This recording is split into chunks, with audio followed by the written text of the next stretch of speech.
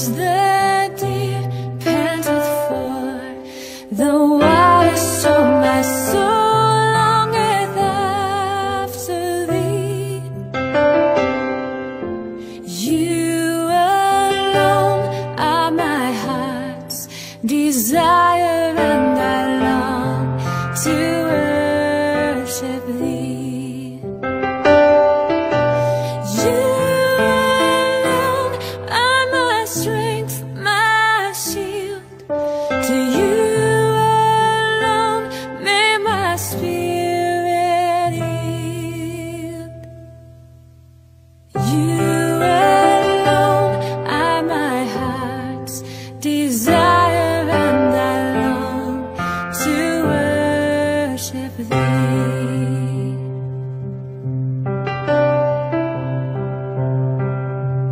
You're my friend, and you are my brother, even though you are a king. I love you more than any other, so much more than anything. You alone are my strength, my shield. To you alone may my spirit yield. You alone are my heart's desire, and I long to worship thee.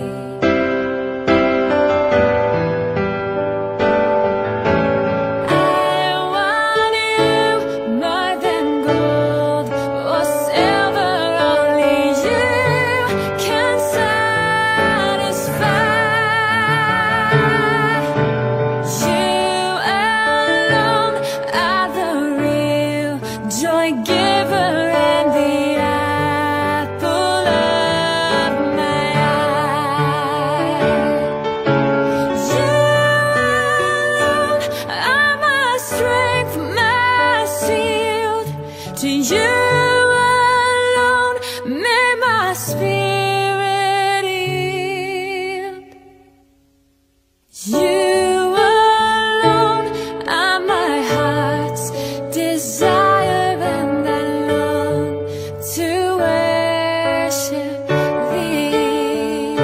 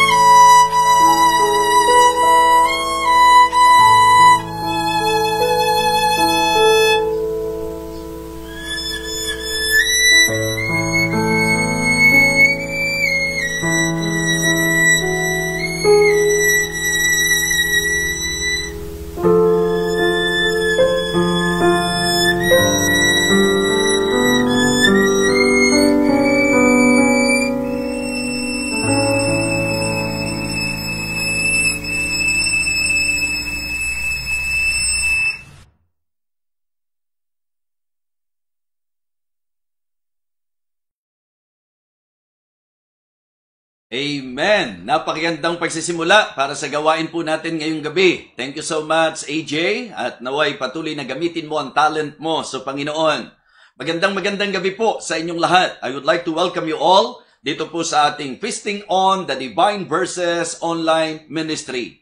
Isang gawain na ang intensyon po, ang layunin po ay makapagministeryo at makapagbahagi po ng banal na salita ng Diyos. Kaya salamat po sa mga regularly nakakasama po natin at salamat din po sa mga kapatiran na kung saan ginagamit po nating pagkakataon nito upang maimbitahan po ang ating mga mahal sa buhay at magamit pong pagkakataon na sila po ay mapahayagan ng salita ng Panginoon. Ngayong gabi po, I am excited na maibahagi po sa inyo ang mensahe, pero tayo po'y magpasimula sa panalangin. At bago po ako manalangin, bigyang pansin po natin yung ilan po sa mga additional prayer request na naipadala po sa atin. Thank you so much sa inyong patuloy na pagbibigay pansin sa bahaging ito ng ating ministeryo. Ito po ang ilan sa mga additional prayer request. Si Deacon Owen po, ang prayer po niya sa office po ng DOH at saka H8EP.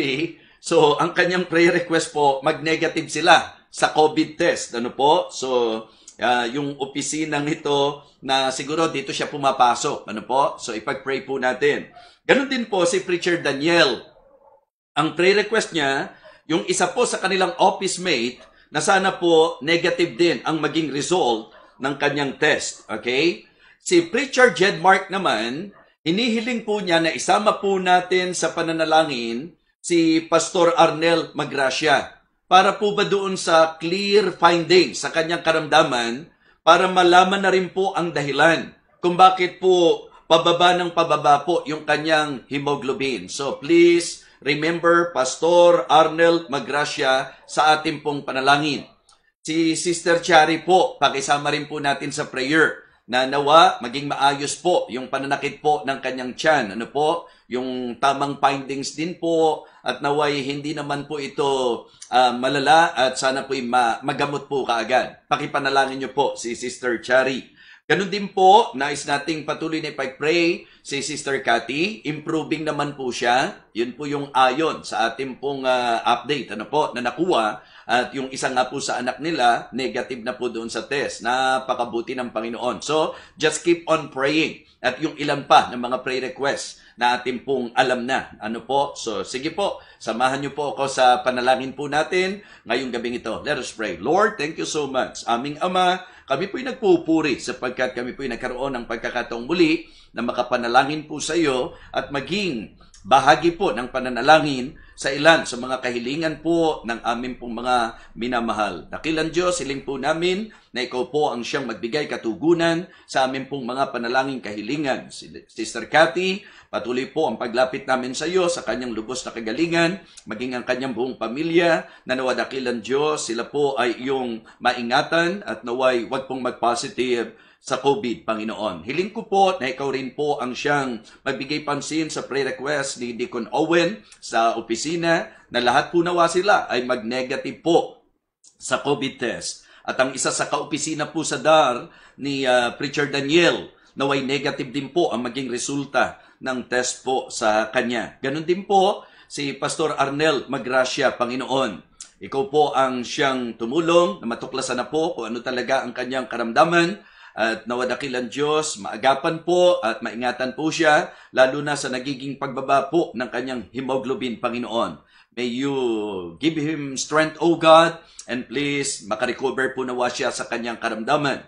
Si Sister Chari, Panginoon, hipuin mo rin po ang pananakit ng kanyang tiyan at hiling ko po na ikaw magbigay ng kagalingan sa kanya at ganun din po, dakila Diyos, ang mga hanap buhay, negosyo ng bawat isa na naapektuhan po ng krisis na ito. Ganun din po, Panginoon, ang bawat pamilya na tugunan mo po sa pangangailangan, ang bawat bansa na apektado po ng krisis, ang pamahalaan para sa karunungan at sa iyo pong gabay para sa mga tamang kapasyahan, ang mga churches sa iyong pag-iingat mag-ingat, lalo na po ngayon na may mga services po na mismong sa gathering place na po nagtitipon. Ingatan mo po at nawa dakilang Diyos, ikaw po ang siyang patuloy na kumilos sa buhay ng bawat isa po sa amin. Ang ministeryong ito, nawa iyo pong patuloy na pagpalain at ikaw dakilang Diyos ang patuloy na maparangalan. Ang salita mo pong may pangaral at sa bawat nakikinig dakilang Diyos, naway patuloy po kami makinabang, mapagpala, maliwanagan at nawa magamit din po ang ministeryong ito para sa pag-abot sa aming mga mahal sa buhay at mga kaibigan.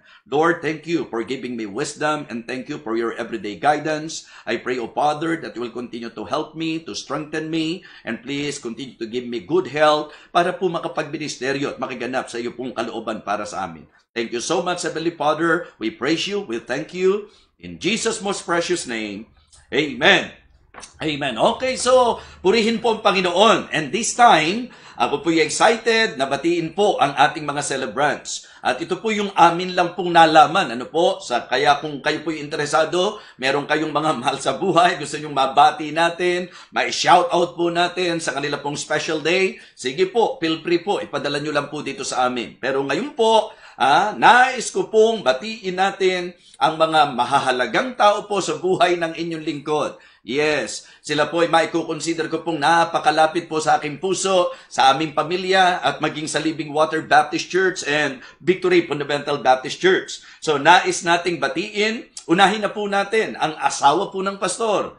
Siya po isang pastor's wife. Sino po siya? Walang iba kundi si Ma'am Juby Laus. Okay? Ma'am Juby, happy birthday po. Alam nyo, Ma'am Juby, nung bumati kayo sa birthday ni Ma'am Maris, ang sabi po ng lahat ng nakapansin sa inyo, wow, blooming si Ma'am Juby Talagang, sabi ko, ganun talaga yung mga rich. Okay? So, happy birthday, Ma'am Juby. Alam kong alagang-alaga ka ni Pastor Laus, sa alawan, sa napakaraming bagay. Kaya naniniwala ako yun ang dahilan kung bakit pabata ka ng pabata, Ma'am Juby. Again, happy birthday. Isa pa po sa nagse-celebrate ng birthday, ito po ay walang iba kundi ang isa sa magiting na pastoral staff ng Living Water Baptist Church. Ito po ay walang iba kundi si Evangelist, Pastor Poy Jennifer Aguilar. Maganda pagka-birthday niya, malaman ng lahat ng tao ang tunay niyang pangalan, Jennifer Aguilar. So, thank you sa buhay mo, Pastor Poy, at syempre ng iyong pamilya. Isa po ito sa ever supportive, sa buhay ng inyong lingkod at maging ng kabuuan ng gawain po. So, Pastor Poy, Ma'am Juby, happy birthday po at naway marami pang birthday ang inyong maranasan na puno ng pagpapala ng ating Panginoon. Enjoy your day. Happy birthday. Ngayon po, pakikinggan na po natin ang ating pong special number. Medyo nag-post ako dahil iniisip ko baka may nakalimutan pa tayo na may birthday. So, pero tingin ko areglado na po. Pakinggan na po natin ang special number para tuloy-tuloy na po tayo sa pangangaral ng salita ng Panginoon.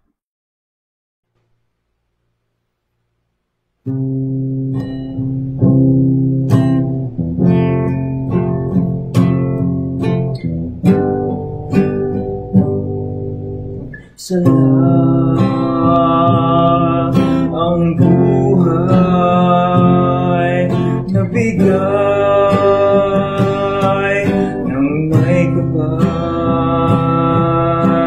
ating ingatan, mahalin, wag sayangin. Tao'y may hangganan, dapat nating tandaan. Tulad ng bula, lilitaw at mawawala.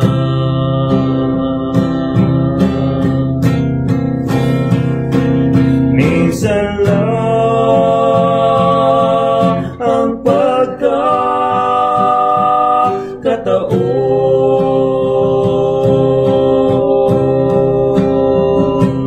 na mabuhay sa mundo kasama ko.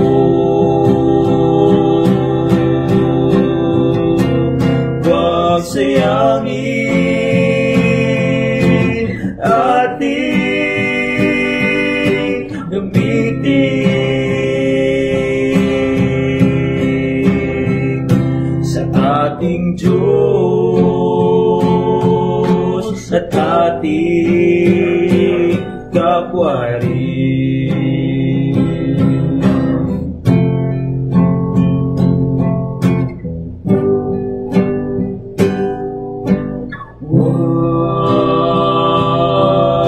Sayangin bawat araw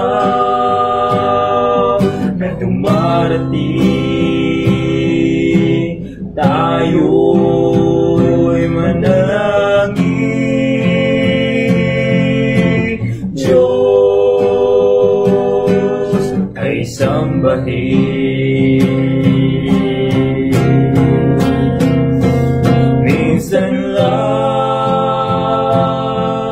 ang pagkakataon na mabuhay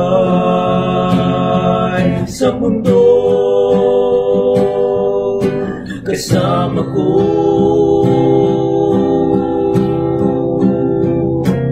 Huwag sayangin ating gamitin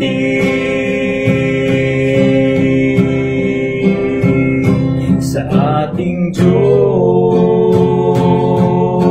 at ating kapwari.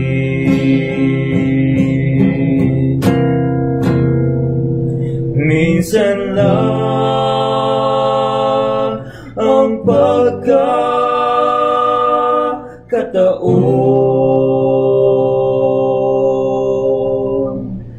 na mabuhay sa mundo kasama ko.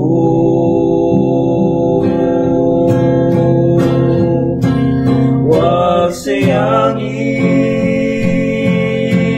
ating gamitin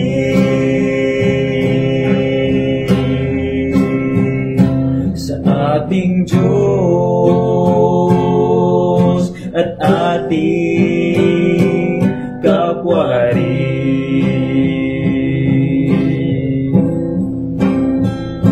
Sa ating Diyos at ating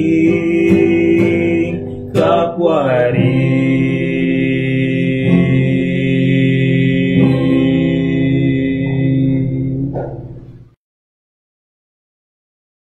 Thank you so much, Cirilya Brothers, sa inyong special number. Partida po, wala pa si Preacher Jed Mark Cirilya dyan. Siguro, ang balak ni Preacher Jed, solo siya, solo. So, abangan nyo, baka dito po mangyari sa ministry natin yan. Well, tuloy-tuloy po tayo. Ngayon po, dadako na tayo sa preaching.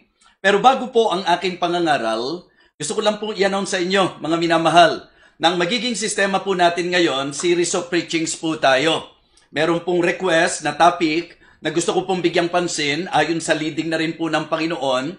At ito po yung topic about God's chastisement.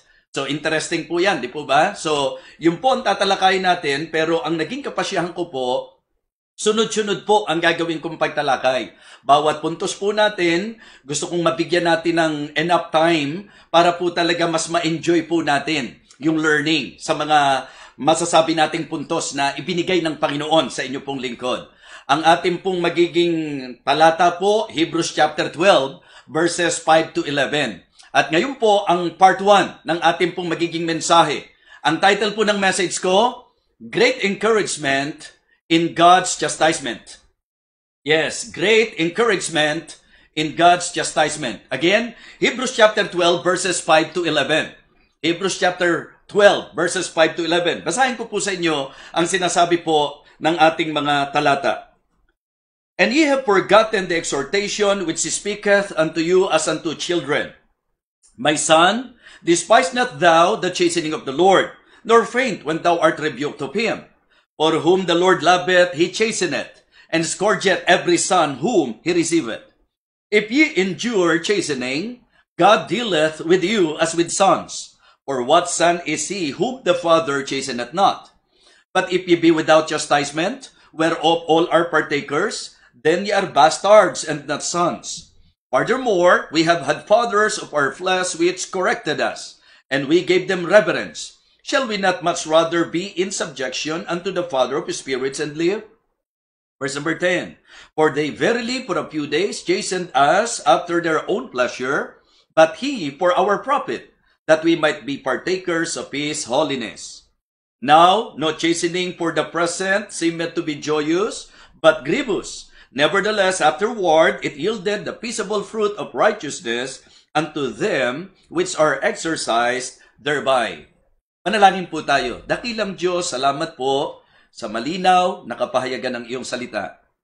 At ngayong sandaling ito, Panginoon, nais naming muling ipanalangin sa iyo ang gabay, ang karunungan at ang kapangyarihan. Lord, minsan pa gamitin mo po ang iyong lingkod at nawa ang topic na ito ay maging beneficial sa bawat isa po sa amin. May you again empower me, O Lord. Lord, gamitin mo po ako na channel of blessing sa mga tao po na laging sabik na makarinig po ng iyong salita. Turuan mo po kami at nawa dakilang Diyos kung sakali po na sa pakikinig namin ito, makita po namin ang aming maling kalagayan sa iyong harapan.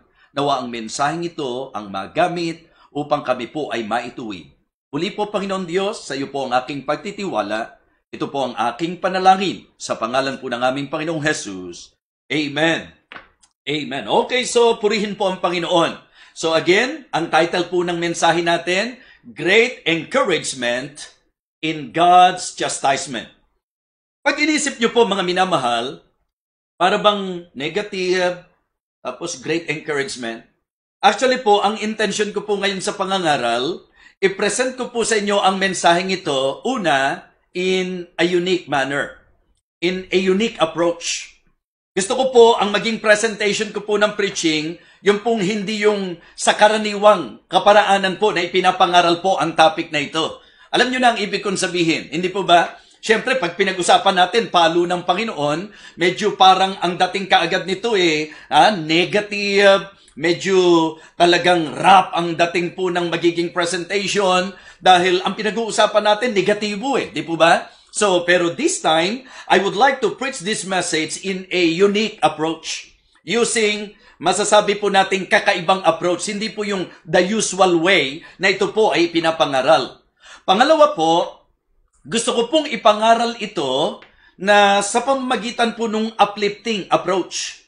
In an uplifting approach, meaning, hindi po ang ibig sabihin nito yung gaganahan kang magpatuloy sa palo ng Diyos sa buhay mo at lumihis ng lumihis sa buhay mo. No. Ang idea po is, kung ako o ikaw, ngayong gabing ito, makikita mo na may paglihis sa iyong buhay, tapos o kaya may somebody na nakakaranas presently ng palo ng Panginoon, I want you to realize na may pag-asa pa, may pagkakataon pa, at gusto ko po na ikaw ay makabangon at makabawi.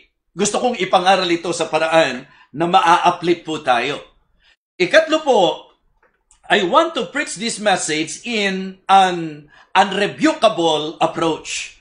Ibig sabihin po, yung pagka pinapresent ko po sa inyo yung mga puntos natin, yung hindi po para masawata o makontra. Ano po? Why? Sapagkat solid, Biblia talaga. Salita ng Diyos talaga. Yung puntos, salita ng Diyos, yung masasabi po nating pagpapatibay, talagang nakatuntong sa salita ng Diyos. So, kaya sa ganitong paraan po, gusto ko pong i-present sa inyo ang mensaheng ito. Una, in a unique approach. Pangalawa po, in an uplifting approach. Pangatlo po, in an unrebukable approach. So, ang pinag-uusapan natin, God's chastisement. At binigyan kapansin ko po yung idea ng great encouragement. Yes, meron po tayong makukuwang encouragement kahit sa negatibong kalagayang katulad ng palo ng Panginoon sa ating buhay. Kaya nga, please, makinig tayong buong ingat mga kapatid and let us appreciate the message of God. Ngayon, bago ko po tuluyang ibigay ang unang puntos po natin, kasi ang gagawin ko nga po, isusunod-sunod na gabi po natin ito, yung magiging pagtalakay po natin. So ngayon po, gusto ko munang maglatag po sa inyo nung bang idea nung pagkakaiba po nung consequence at yung chastisement. Pag pinag-usapan po natin ang tinatawag nating consequence, ito po magagamit natin sa general na paggamit po. What I mean to say, sa pangkalahatan. Why? Because I believe Ang konsekwensya po, walang sinisino ito.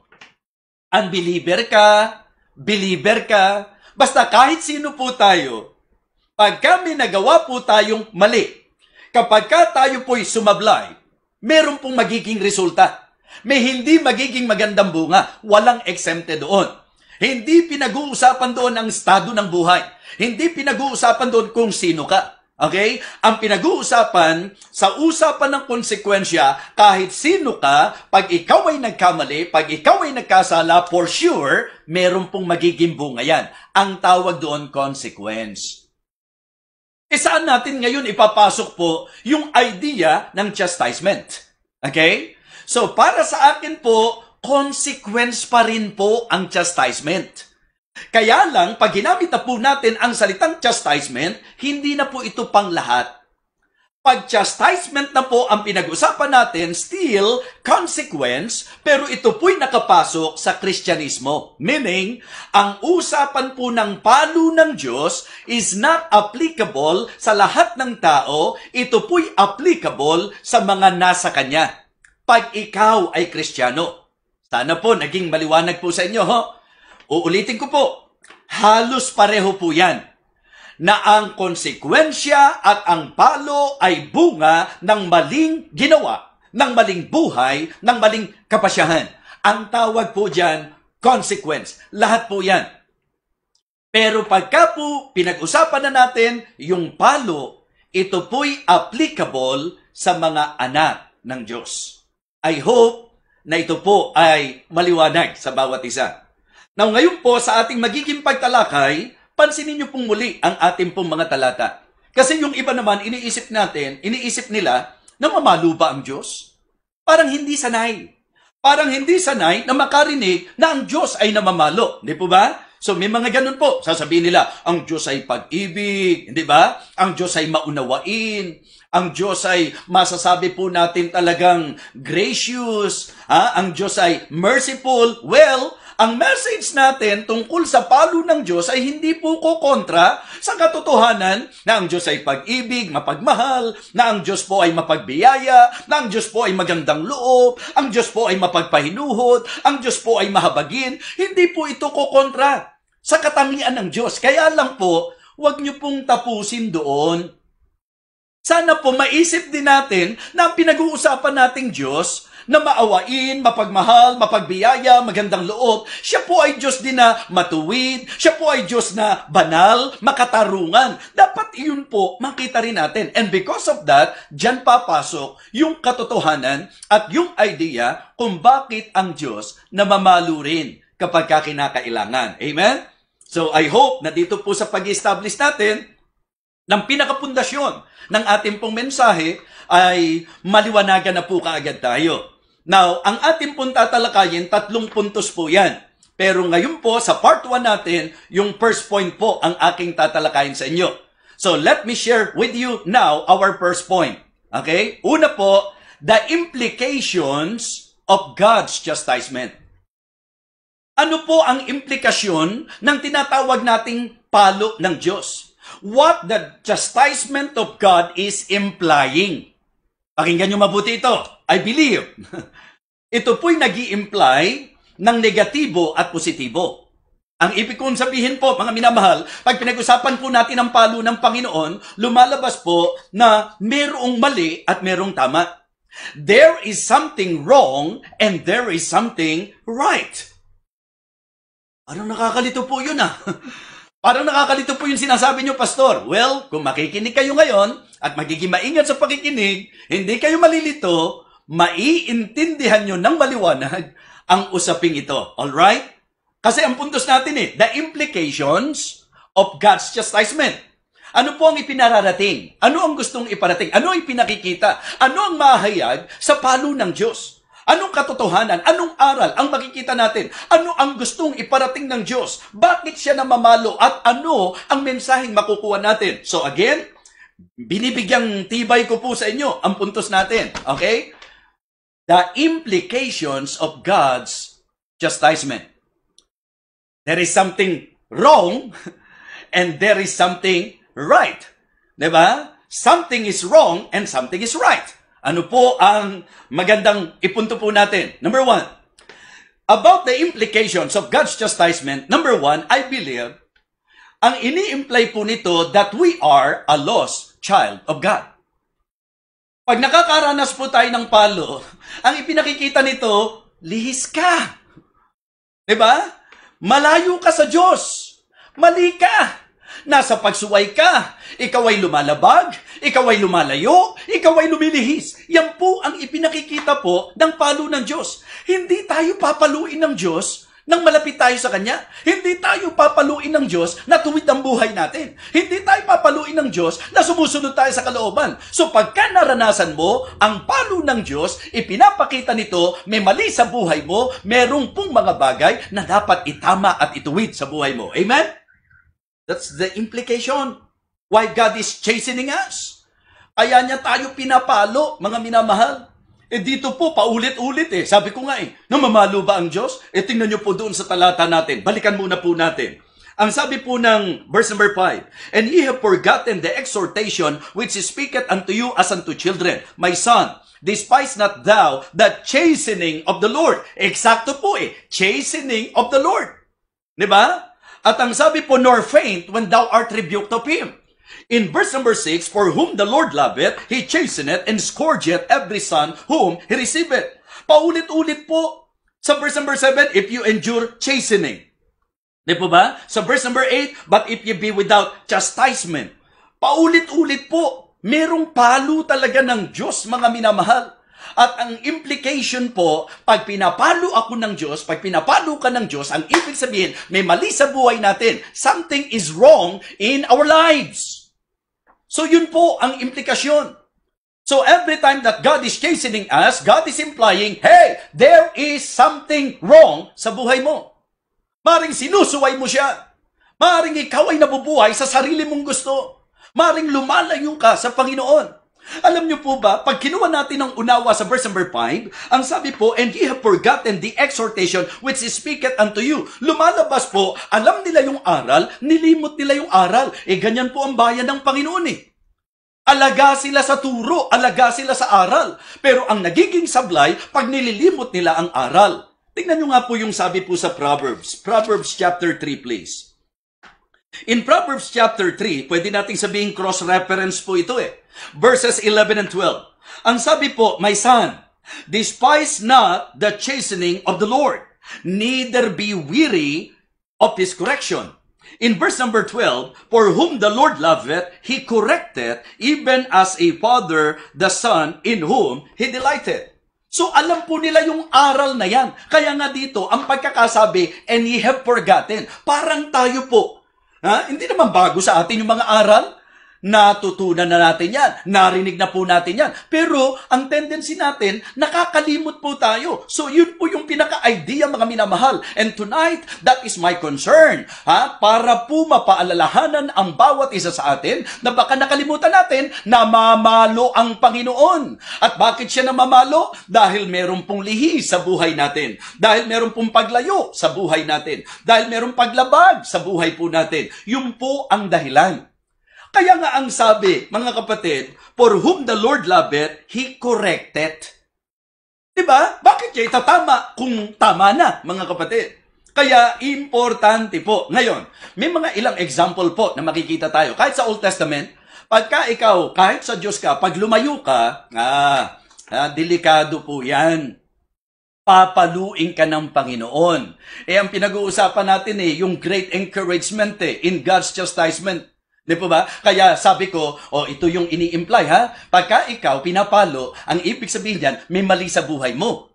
At ang isa nga po, sa ating pong unang puntos, negative muna yung binibigyan natin ng pansin. Kanina sabi ko po sa inyo, di ba? There is something wrong and there is something right. Dito muna tayo sa something wrong. Dito po sa mali, mga minamahal. Kahit sino ka pang anak ng Diyos, kahit sino ka pa na pinili ng Panginoon, pag ikaw lumayo, pag ikaw lumihis, pag ikaw lumabag, meron pong magiging konsekwensya yan.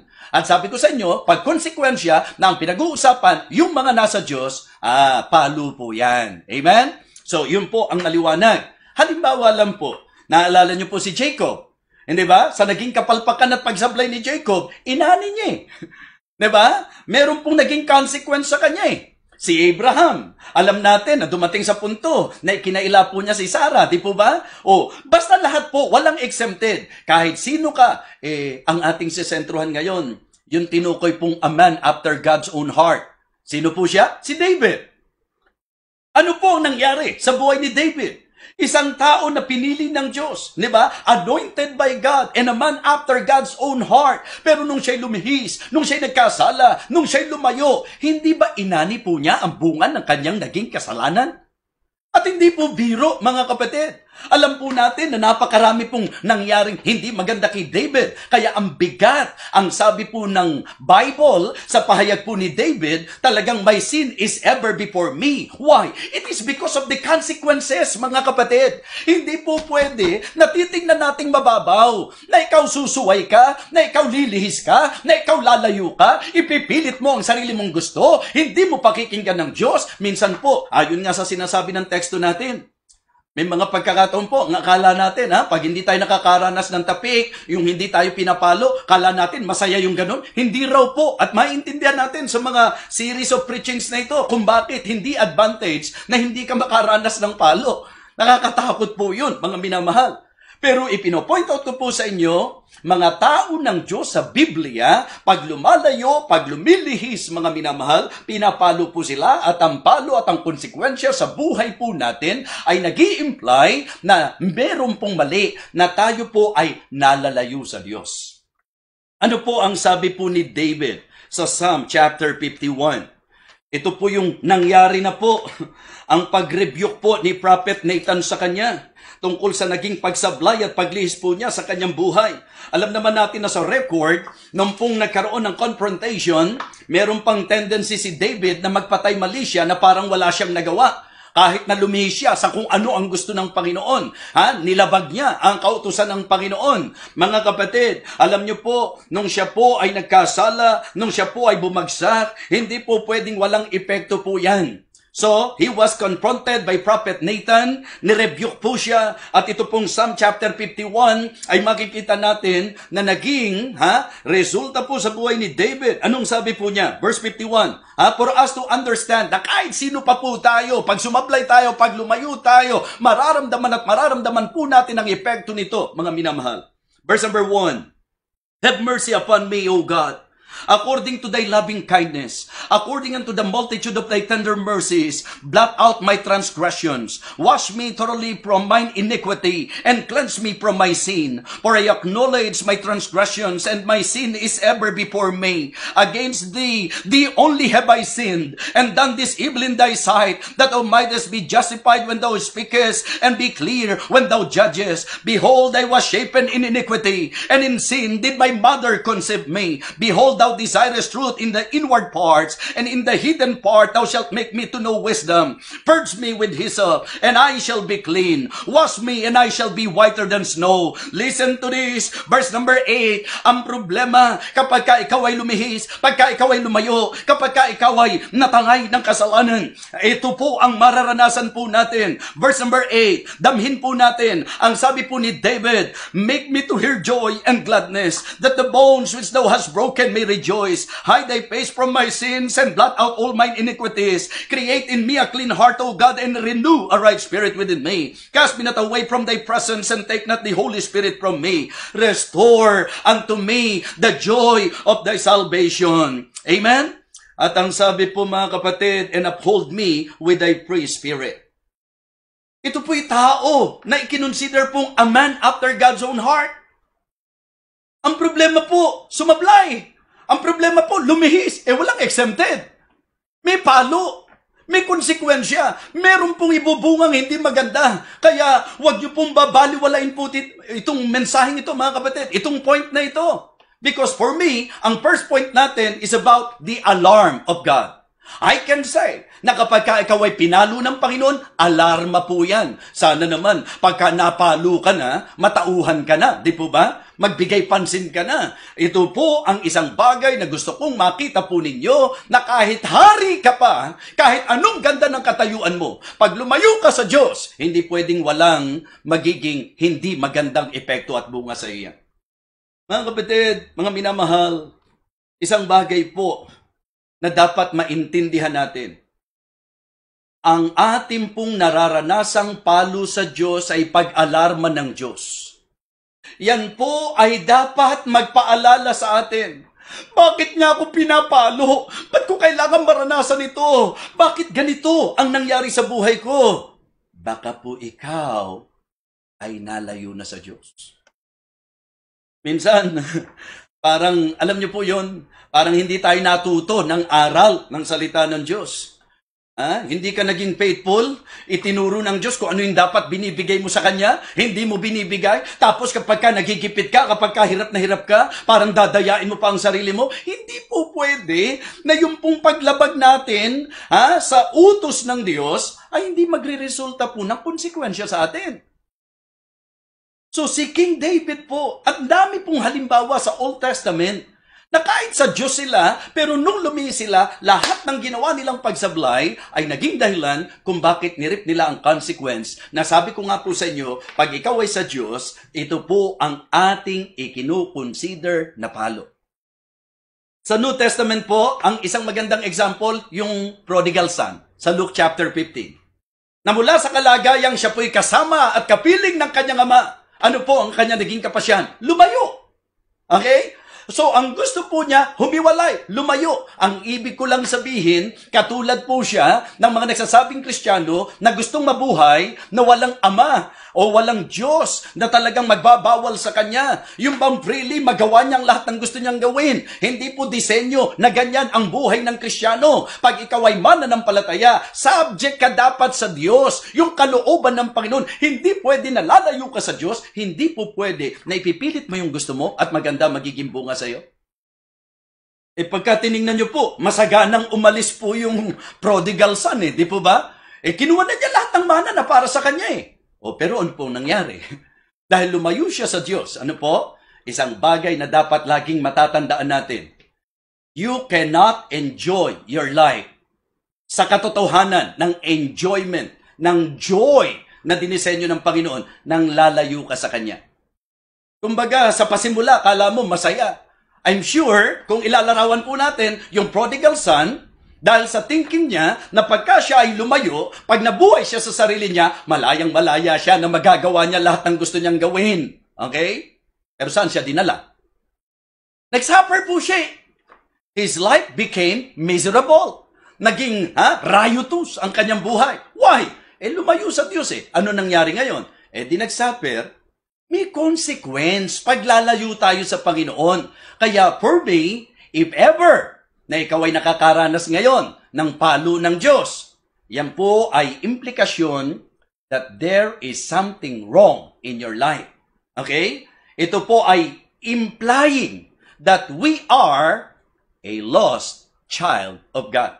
Ginamit ko po yung salitang lost sa konteksto ng child of God para po hindi nyo mapagkamali ang unbeliever ang pinag-uusapan natin. Hindi. Ikaw yung anak ng Diyos na lumihis sa kagustuhan ng Diyos. Walang kahit sino po na lilihis sa Diyos na mapapabuti ang buhay. Maniwala ka sa akin. Maaring sa pasimula, padadamahin ka ni Satan. Mukhang bibigyan ka ni Satan ng enjoyment sa panimula. Pero sa kalunduan ng lahat, hindi po pwede na sumablay ang salita ng Diyos. For sure, you will suffer the consequence ng desisyong lumayo ka sa Diyos.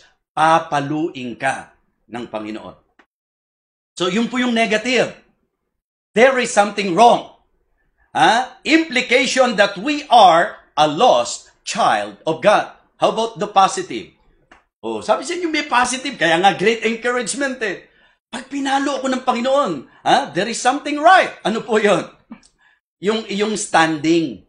Ang ibig kong sabihin, sa konteksto ng child of God, hindi po pwedeng lahat ng tao ang kininila na anak sila ng Diyos. Pero alam niyo po ba na sa turo ng Bible, ang palo ng Diyos ang isa sa po pwedeng mag-confirm na talagang anak ka niya. That is actually the idea. That we are a legitimate child of God. So, yung God's chastisement, ito po ay implying na ako ay legitimate child of God. Nasa Biblia ba yan? Sabi ko sa inyo, unrebukable to Hindi po pwede nating i-rebuke to. Biblia po ito, ang linaw-linaw po. Tingnan nga po natin, mga minamahal.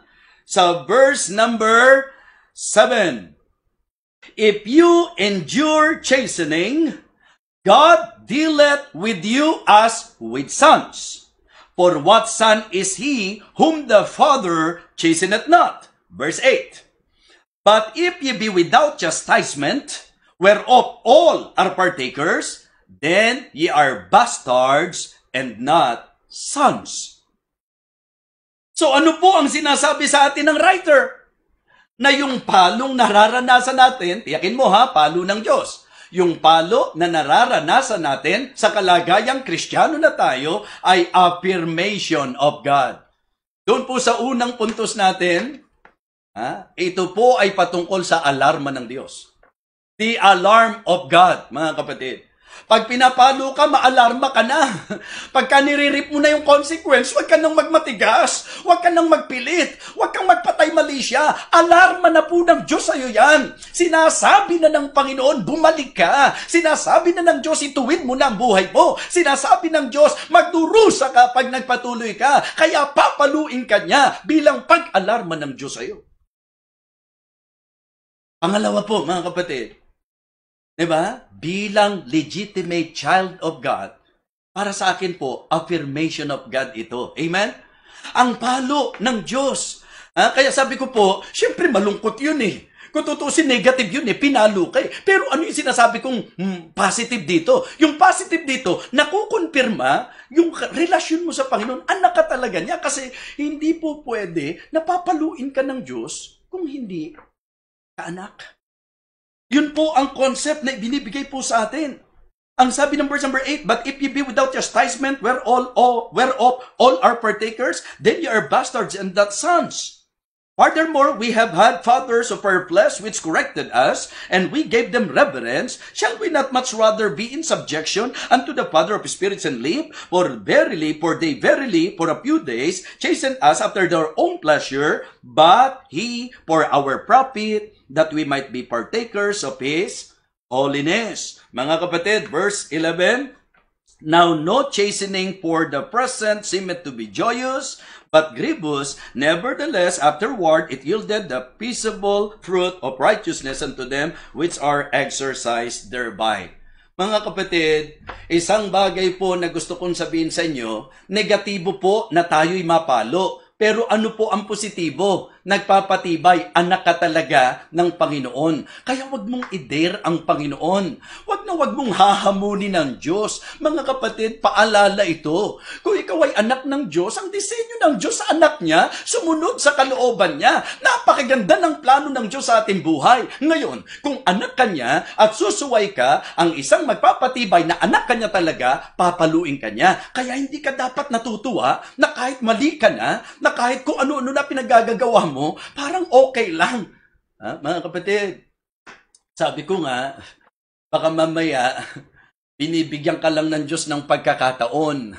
Baka pinaiiral pa lang ng Diyos yung pagiging long-suffering niya. Baka pinaiiral pa lang ng Diyos yung attributes na binanggit natin kanina. Kaya lang, baka mamaya, pag nasagad mo na, baka dumating ka doon sa punto na sintensyahan ka na niya. Di po ba? So for me, the implication of God's chastisement, number 1, that we are a lost child of God.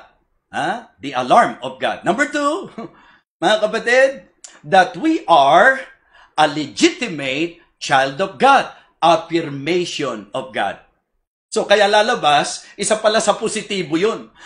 Lumalabas na ang tama sa palo sa'yo, yung kalagayan mo, anak ka talaga. Kasi, hindi ka para konsintihin ng Diyos eh. Tatandaan niyo po yan. Ang sabi nga po ng Panginoon, kung yung ama dito sa lupa, matino ang pinag-uusapan natin, namamalo eh. Di po ba? Sino po bang ama? Ang sabi po ng ating pong talatang binasa, ang hindi namamalo. Mga kapatid, kaya yung sinasabi niyo po, namamalo pala ang Diyos? Opo, namamalo ang Panginoon. Ang intensyon ng Diyos ng pamamalo upang ikaw ay kanyang ialarma, upang pagtibayin sa iyo, anak kita eh. Hindi po pwedeng anak kita, kukonsintihin kita. Di po ba? So, ang idea po mga kapatid, for correction po yan. Di po ba? Maliwanag po. Ayon sa sinasabi po ng talata, kahit nga yung sa Proverbs, di po ba? Ang sabi po ng verse number 11, My son, despise not thou the chastening of the Lord, neither be weary of His correction. Yan po ang nakakalungkot, na yung pong mga pinapalo ng Diyos, imbis na makita nila, alarma ng Diyos ito. Di ba? Nang ibig sabihin, meron dapat ituwid sa buhay ko, mukhang nalalayo ako. Yun dapat eh. O kaya, wow! Di ba? Talagang malinaw na dahil anak ako ng Diyos, hindi niya ako kukonsintihin sa mali. Hindi niya pababayaan na talagang mabuhay ako sa hindi tuwid na buhay. Hindi niya pababayaan na magluba-luba ako sa kasalanan. Papaluin at papaluin niya ako. Ngayon, kung sa lahat ng pinagagagawa mo, na alam mo ng sablay, alam mo ng talagang lihis na lihis sa Diyos, at hindi ka pa pinapalo, wag mong ikatuwayan. Yan po ay dapat ikapag-alala mo. Anak ba talaga ako ng Diyos? Ang ginamit na salita po, bastardo eh. Di ba? Kapag ka puro ganun, ang kalagayan mo, aba, hindi ka anak. Balikan muna natin, chapter 12 and verse number 8. But if ye be without chastisement, whereof all are partakers, then are ye bastards and not sons. So, meron po palang meron po palang talata na nagpapakita na ikaw ay posibleng kaya hindi nakakaranas ng palo dahil sa hindi ka naman pala talaga anak. Ang sabi po ng verse number 12 ng Proverbs chapter 3, For whom the Lord loveth, He corrected. Sabi ko, yung salitang corrected, nagpapakita na may mali. Dahil hindi applicable yung salitang corrected doon sa isang tao na tama yung ginagawa. So, ang itinatama, yung mali. Tama po? At kaya ka itinatama, anak ka eh. Diba? Dahil ikaw ay anak ng Diyos. So, ang pinaka-argumento na sinabi niya sa usapan po dito sa lupa na yung mga magulang natin, siyempre, ang magmamalasakit sa iyo, magulang mo talaga eh. Alam niyo po yung ibang tao, siguro, maapektuhan sila kapag kung ano-ano pinagagagawa mo. Kung ikaw ay nagbibisyo dyan sa labas, hindi naman ibang taong mag-aalala basta-basta sa iyo eh. Yung magulang mo ang mag-aalala sa iyo. Kapag ikaw ay po pwede na masasabi po natin na talagang dumarating sa punto na makakaperwisyo ka, hindi tama yung ginagawa mo, syempre, ang papalo sa iyo, magulang mo. Di po ba? So, ganun po ang sinasabi sa atin ng Panginoon. Kaya sa Christian life natin, yan po ang magandang medyo i-evaluate natin mga kapatid. Let us consider yung pong great encouragement in God's chastisement. Tayo po kasi bilang mga tao, nagkukulang tayo eh. Nandun lagi yung tendency. Yung tendency na makasuway, yung tendency na lumihis, yung tendency na talagang magmarunong, yung bang magkasala. Andun yung mga tendencies na yan. Pero yung palo ng Diyos, yan po ang magpapaalala, anak, lumilihis ka. Anak, hindi yan ang kalooban ko. Anak, kailangan mong disiplinahin ka. Ganun po yung idea, mga minamahal. Diba? At ang pinagtitibay nito, anak ka talaga. Amen? So, the implications of God's chastisement, number one, that we are a lost child of God. The alarm of God. Number two, that we are a legitimate child of God. Talagang malinaw, anak tayo ng Panginoon. Amen? Bagamat hindi naman para mapatunayan yan, ideder mo siya lagi. Hindi po ganun ang ating binibigyang pansin. The affirmation of God po yan. Pangatlo po, that we are a loved child of God. Kumbaga, yung pong yung palo, yan po pala, pag tinignan nyo, nagpapatibay din ang pag-ibig ng Diyos sa atin. Nag-i-imply na mahal tayo ng Diyos kasi ayaw ng Diyos na mapariwara tayo. Ayaw ng Diyos na mapahamak tayo. Mga kapatid, ito po bilang mga anak ng Diyos, ito po ang magandang maging warning sa atin. Tingnan nyo nga po sa Proverbs, chapter 29 and verse number 1. Ang sabi po ng Proverbs 29, verse number 1, He that being often reproved hardeneth his neck, shall suddenly be destroyed, and that without remedy. Alam niyo po, pagka po ikaw ay sinasaway, pagka ikaw ay inaalarma at dumating ka sa punto na nagmatigas ka na, ang sabi ng Bible, naku, matindi, mawawasak ka. At hanggang sa wala ng remedy. Yun po yung sabi po ng Proverbs. Kaya ang maganda po sa atin, talagang, sabi ko nga, buuin niyo po itong tatalakayin natin, Actually, na-excite po akong i-share yung buo eh. Kaya lang po, mas maganda, madetalye po natin yung bawat puntos. Dito po mga kapatid, ang implication po ng God's chastisement, the chastisement of God is implying that we are a loved child of God. Talagang mahal niya tayo. Eksakto naman po yung sinabi ng talata eh. For whom the Lord loveth. Anong sabi? He chasteneth. Baliktad talaga sa takbo ng mundo, di po ba? Ngayon nakakalungkot. Pati po yung mga mambabatas natin. Nagdaragdag pa ng karagdagang pong butas ng batas eh. Imagine nyo po, may Biblia tayo. Maliwanag po ang pattern ng Diyos. Talagang kailangan po ang magulang mamalo kung kinakailangan. Pero ano pong ipinapasang batas? Diba? Parang inaalis na yung karapatan sa magulang. Na talagang bilang magulang, kailangan pong pasunurin nila ang kanilang anak. Sasabihin natin, parang, syempre anak mo yan eh. Dapat wag mong abusuhin yan. Dapat wag mong saktan yan. Yung abuso po, talagang mali po yun. Pero dapat maintindihan nyo po mga minamahal, yung mahalin mo ang anak mo, hindi mali yun. At pag mahal mo ang anak mo, papaluin mo yan kung kinakailangan. Ang sabi nga po ng mentalidad ng tao, mahal ko yung anak ko, kaya hindi ko pinapalo yan. Iniisip ko, mas matuwid ka kaysa sa Diyos? Iniisip ko, mas marunong ka kaysa sa Diyos? Kasi ikaw, ang mentality mo, kaya hindi dapat papaluin, kasi pag mahal mo, hindi mo papaluin. Samantalang sa mentalidad na itinuro ng Bible patungkol sa Diyos, for whom the Lord loveth, He chasteneth. So sino pakikinggan po natin? Sino po ang tutularan po natin? Sino po ang susundan natin? Ang Diyos po ang nagsabi. Na dahil mahal ka niya, papaluin ka niya kung kinakailangan. Amen? Kaya dapat hindi maipasa yung ganyang batas. Alam niyo po, marami mga magulang, hirap na sa mga anak kung madadaan naman sa usapan, basag na tonsil ng magulang, hindi pa nakikinig yung anak Hindi po ba? Hindi. Dati, kami, tingin lang po, mga minamahal, tingin lang ng magulang namin. Hindi na para umabot pa sa palo. Yung ganun, okay lang. Yung tiningnan mo, nakuha sa tingin, paano po? Sa panahon natin ngayon, hindi tingin Laglag na eyeball ng magulang Diba? Luwa na ang mata ng magulang, hindi pa nakikinig yung anak I-apply natin kung ano yung tinuturo ng Bible. Ang turo ng Bible, yun daw pong nag-uurong ng pamalo sa kanyang anak ay napupuot sa kanyang anak.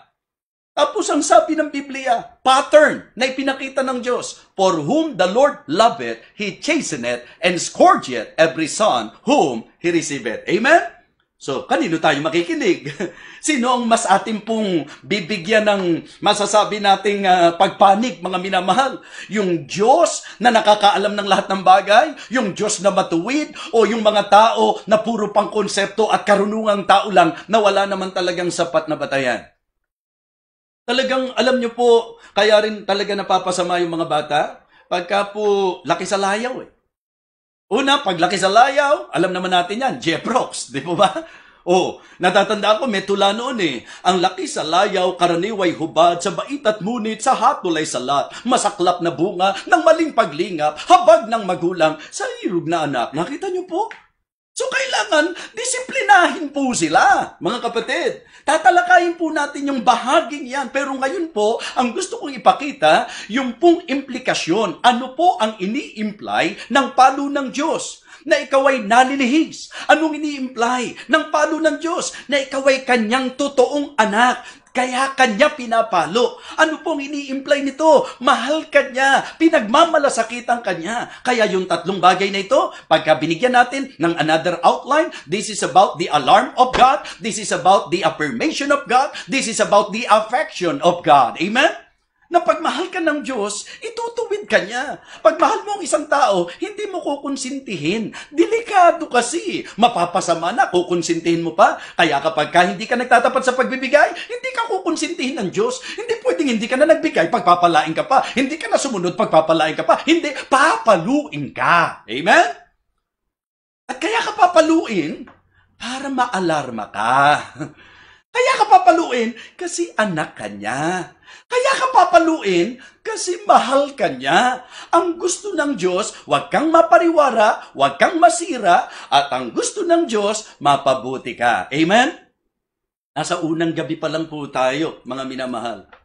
The great encouragement or great encouragement in God's chastisement.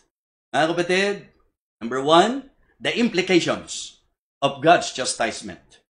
That we are a lost child of God, the alarm of God. That we are a legitimate child of God, the affirmation of God. And then, that we are a loved child of God, the affection of God. Gustong-gusto ko po yung sinabi ng talata, for whom the Lord loveth, He chasteneth, and scourgeth every son whom He receiveth. Mga kapatid, sa pagtatapos natin para sa unang bahagi ng ating preaching, gusto ko lang pong sabihin sa inyo na hindi makatutulong na parang dadayain natin ang ating sarili. Hindi rin po makatutulong na i-ignore natin yung pong palo ng Diyos sa ating buhay. Oo, nahando na tayo.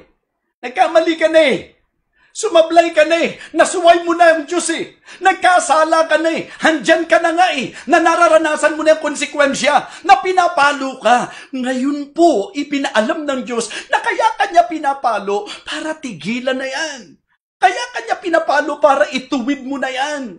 Kaya kanya pinapalo para balikan mo siya. Kaya kanya pinapalo para malaman mo, anak kita, mahal kita. Yan po ang idea. Kaya doon po tayo manatili sa Diyos na nagmamahal sa atin. Sa Diyos na Ama natin. At sa Diyos na sinasawata tayo pagkakailangan. I hope and I pray na sa unang gabing ito, tayo ay napagpala ng salita ng Diyos. Bukas po, ang tatalakayin natin, the intentions of God's chastisement. Ano po ang intensyon ng palo ng Diyos sa mga anak niya na lumilihis, sumasablay. I hope magkakasama-sama tayong muli bukas. Manalangin po tayo. Dakilang Diyos, aming Panginoon, maraming salamat po sa napakaliwanag na pahayag ng iyong salita. Lord, we pray that this message serve as a warning sa bawat isa po sa amin. And at the same time, sa mga mahal naming, mga kaibigan, mga kapatid, na talagang inilantad mo po sa amin pong pakikinig ng mensahe sa kamalian at paglihis namin, Panginoon. Nawa, ito po'y maging panawagan sa pagtutuwid. Panawagan sa muling pagyakap sa iyo, Panginoon. Yung pong hindi kami maging negatibo, kundi kami po ay maging mapagpasalamat sapagkat napakaganda ng katayuang may Ama na sumasaway sa amin, may Ama na nagmamahal sa amin.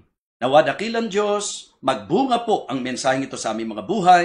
Muli po, purihin ka, dakilain ka, Panginoon. Ito po ang aking panalangin sa pangalan po ng aming Panginoong Jesus. Amen.